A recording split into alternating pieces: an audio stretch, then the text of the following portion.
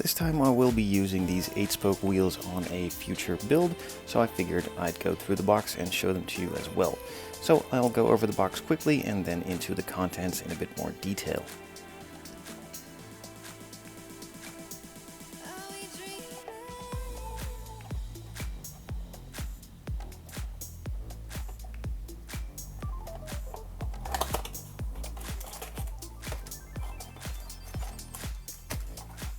So in the box you will of course find the wheels, some decals for some of the logos and some add-ons to the body itself, some low profile tires which are a nice width and also have a bit of a stretch, and of course some poly caps.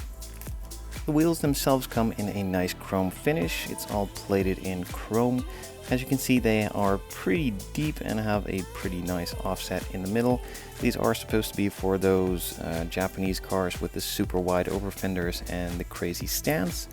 However, I'm probably not going to use them for that, but we'll see. So they have different widths front and rear and an incredibly deep concave. These are female type fitment wheels, so you need some poly caps, and in order to fit them to the kit without any problems, the kit itself probably needs to be a male fitment. Otherwise you will need to modify, cut it, and probably just glue them in place like I most likely will.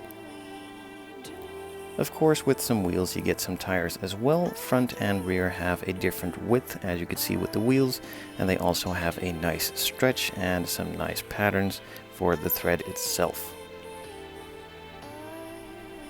And as usual with every Aoshima wheel set, you also get some extra poly caps. To finish it off, you get some decals, some for the center caps on the wheels, and some additional stickers for on the car if you're going for that style or just want to add some logos and stickers to spruce your build up a bit.